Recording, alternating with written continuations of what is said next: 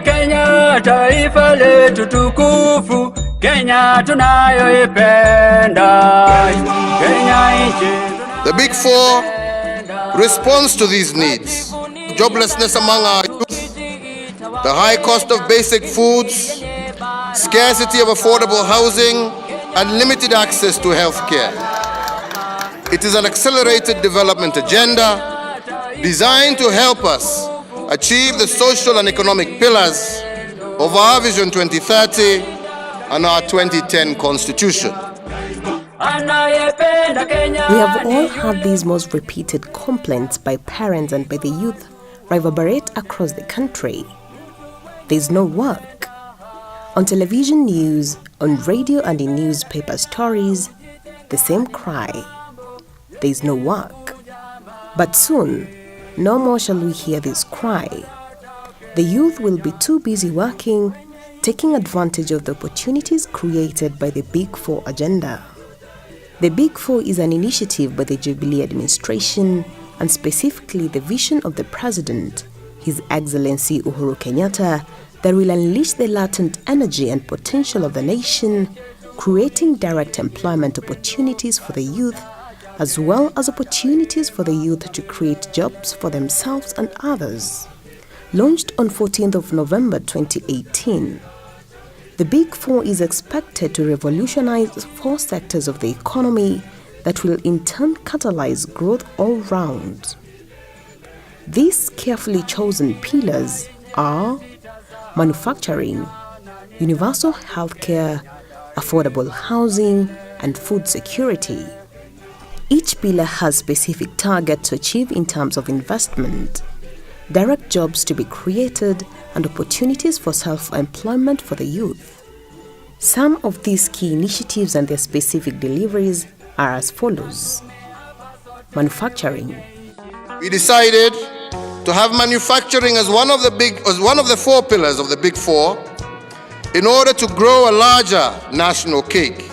The Big Four agenda is set to increase the GDP from 9.2% to 15% by the year 2020 by creating 1.3 million direct manufacturing jobs. This has been seen so far in this leather industry in Thika Town, Kiambu County, which has employed over 200 local workers. Well, I just think that this is the right initiative. The government is setting up a leather park. We would like to see that being accelerated because there is a lot of opportunity. However, the resources, the structures and infrastructure needs to be in place for other people to take opportunity. Revamping of cotton and textile industry, using cotton hybrids that triple yields, incentive to ginneries and textile plants will create 500,000 jobs for the youth and increase the sector contribution from 3.5 billion shillings to 2 trillion shillings. In the leather industry, hides and skins will be processed locally, personnel trained, and 5,000 cottage industries created, including the upgrade of Machakos Leather Park and 3 new ones across the country. We must recognize and appreciate that this is a long-term process. What the government has now instituted are policies, which are the right policies, and it's going to help a lot as far as the growth of the industries are concerned.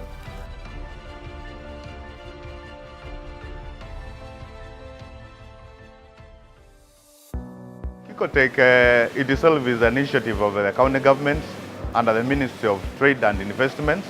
And mainly, the main aim of the Kikotech itself is first to create employment to our people. That was under the manifesto of the current government. Secondly, is to do low cost for our parents on what they are supposed to pay for the uniforms. Thirdly, we are also looking at the point of wealth creation to our account, because when we produce, actually we make the account grow in terms of its economy. Tulienda huko training Nakuru. Sasa huko ndiko tulijulia hayo mambo ya canvas, kuweka nguo canvas, kushona ile material quality, tulionea huko. Alafu wakati tulikuja huku pia tukapata kuna mashini za kati za kuweka canvas, tukaanza kuweka canvas pia huku. we are looking at youth empowerment. By employing them, you also empower them with skills, what they are supposed to do while in other areas of production. Kitui tumesaidika kama wanarika wa Kitui, tumesaidika sana juu tumekuwa tukilandarada huku na kule, tukikunywa pombe, tukichonga megoka, lakini governor akatuchukua. Sasa hivi tuko trend na akatupa kazi, so hakuna time ya kuchonga, hakuna time ya kukunywa bangi. So tuko busy hapa tukifanya kazi na tunalipwa.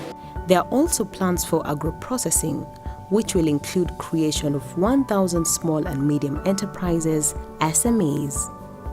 On agro-processing, my administration will support value addition for our agricultural produce. Affordable housing. The government aims to build 500,000 affordable housing units in the period to 2022. Plans are underway to set up the Kenya Mortgage Refinancing Company, KMRC, to manage low-cost liquidity for mortgages, all in partnership with different agencies. There will be many opportunities for direct employment for those with construction skills, as well as indirect employment opportunities throughout the supply chain. Food security. The government plans to enhance infrastructure for food distribution to different parts of the country and reduce post-harvest losses from 20% to 15%. Various value addition ventures are planned. Tulisema tutakuwa na mabadiliko. Hii ni mabadiliko au si mabadiliko? Asanti, asanti, asanti, asanti. Amoito no musini lambe unaneoka. I'm pleased not just by the new jobs that we expect to be created for those who will be working directly for the plant, but also by the jobs that will be created for suppliers, our farmers. Been told that at least 30,000 farmers stand to benefit from this plant. Universal healthcare. Anchored around the National Hospital Insurance Fund, NHIF, this initiative aims to activate the Community Health Workers CHW network, reform NHIF to align it to universal healthcare standards, redefining NHIF to include multi-tier benefit packages and digitization of its operations. It is incumbent upon youths to start preparing themselves right now so that they'll be in a position to embrace these opportunities once the program is launched. Nitakuja hapa kuweka jiwe la msingi ya hiyo hospitali, and I believe that that again will improve the quality and the standard of service that the people in this region are able to get. Na hiyo ndiyo haja yetu, hivyo ndivyo tutaendelea. Yangu ni kuwauliza, tafadhalini tushirikiane pamoja. I'm optimistic that the new facility will greatly contribute in reversing maternal and child mortality in the region.